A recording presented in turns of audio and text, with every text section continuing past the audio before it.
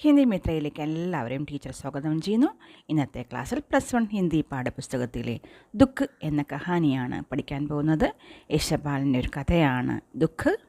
ദുഃഖ് എന്ന കഥയിലെ പ്രധാന കഥാപാത്രങ്ങളാണ് ദിലീപും ഹേമയും. ദിലീപും ഹേമയും ഭാര്യ ഭർത്താക്കന്മാരാണ്. ദിലീപ് ഭാര്യയെ വളരെയധികം സ്നേഹിച്ചിരുന്നു. അതുപോലെ തന്നെ ഹേമയും തൻ്റെ ഭർത്താവായ ദിലീപിനെ വളരെയധികം സ്നേഹിച്ചിരുന്നു.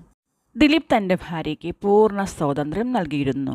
ദിലീപ് നൽകുന്ന പൂർണ്ണ സ്വാതന്ത്ര്യം കണ്ടിട്ട് മറ്റുള്ളവർ ദിലീപിനോട് പറഞ്ഞിരുന്നു, ഇത് കൂടുതലാണ്, ഇത്രയും സ്വാതന്ത്ര്യമൊന്നും ഭാര്യയ്ക്ക് കൊടുക്കണ്ട എന്നും. പക്ഷേ ദിലീപ് തൻ്റെ ഭാര്യയെ വളരെയധികം സ്നേഹിച്ചിരുന്നു. അതുകൊണ്ട് അദ്ദേഹം തൻ്റെ ഭാര്യയ്ക്ക് പൂർണ്ണ സ്വാതന്ത്ര്യം നൽകിയിരുന്നു. ഒരു ദിവസം ഹേമയുടെ കൂട്ടുകാരിയുമൊത്ത് ദിലീപ് സിനിമ കാണാൻ പോയി. ഈ കാരണത്താൽ ഹേമ ദിലീപുമായി പിണങ്ങി സ്വന്തം വീട്ടിലേക്ക് പോയി. ഹേമ വീട്ടിലേക്ക് പോയത് ദിലീപിന് സഹിക്കാൻ കഴിഞ്ഞില്ല. അദ്ദേഹത്തിന് വളരെയധികം വിഷമവും ദേഷ്യവും ഉണ്ടായി. വീട്ടിലെ ഏകാന്തതയിൽ നിന്നും രക്ഷപ്പെടുന്നതിന് വേണ്ടി ദിലീപ് സന്ധ്യയ്ക്ക് പുറത്തിറങ്ങി. അങ്ങനെ നടന്ന് അദ്ദേഹം മിൻഡോ പാർക്കിലെത്തി. അവിടെ കുറച്ച് സമയം സ്പെൻഡ് ചെയ്തു. ഹേമയോടുള്ള ദിലീപിൻ്റെ സ്നേഹവും ഹേമ വീട്ടിൽ നിന്ന് പോയതിൻ്റെ വിഷമവും ദിലീപിൻ്റെ മനസ്സിലുണ്ടായിരുന്നു. അങ്ങനെ പല ചിന്തകൾ ദിലീപിൻ്റെ മനസ്സിൽ വന്നു. ചിന്തയുടെ ലോകത്തായ ദിലീപിന് സമയം പോയതറിഞ്ഞില്ല. അവസാനം ഫ്രാൻഡിയർ മെയിൽ 9:30-ക്കുള്ള ട്രെയിൻ പോയപ്പോഴാണ് ദിലീപിന് മനസ്സിലായത് സമയം 9:30 അങ്ങനെ അദ്ദേഹം വീട്ടിലേക്ക് പോകാൻ തയ്യാറായി. അങ്ങനെ ദിലീപ് വീട്ടിലേക്ക് പോകാൻ മടങ്ങുമ്പോഴാണ് ഉപജീവനത്തിനായി പലഹാരം വിൽക്കുന്ന ഒരു കുട്ടിയെ പരിചയപ്പെട്ടത്. ഈ തണുപ്പത്ത് ഒരു പ്രകാശവുമില്ലാതെ പലഹാരം വിൽക്കുന്ന കുട്ടിയുടെ അവസ്ഥ കണ്ടിട്ട് ദിലീപിന് വളരെയധികം വിഷമം തോന്നി. അങ്ങനെ ദിലീപ് 8 പൈസയ്ക്ക് മുഴുവൻ പലഹാരവും വാങ്ങിയ ശേഷം 1 രൂപ നാണയം കൊടുക്കുന്നു.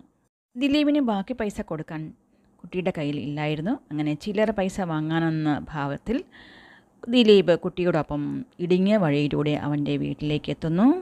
കുട്ടിയുടെ വീട്ടിലെ അവസ്ഥ വളരെ മോശമായിരുന്നു. അവിടെ കുട്ടിയുടെ അമ്മ സ്വന്തം മകനെയും പ്രതീക്ഷിച്ചിരിക്കുകയായിരുന്നു. അവൻ്റെ വിധവയായ അമ്മയുടെ കയ്യിലും ചില്ലറ പൈസ ഇല്ലായിരുന്നു. കുട്ടിക്ക് മിഠായിക്ക് വേണ്ടി ആ 1 രൂപ കൊടുക്കാൻ ദിലീപ് തയ്യാറായിരുന്നു. എങ്കിലും സത്യസന്ധയായ അമ്മ അത് വാങ്ങാൻ തയ്യാറല്ലായിരുന്നു.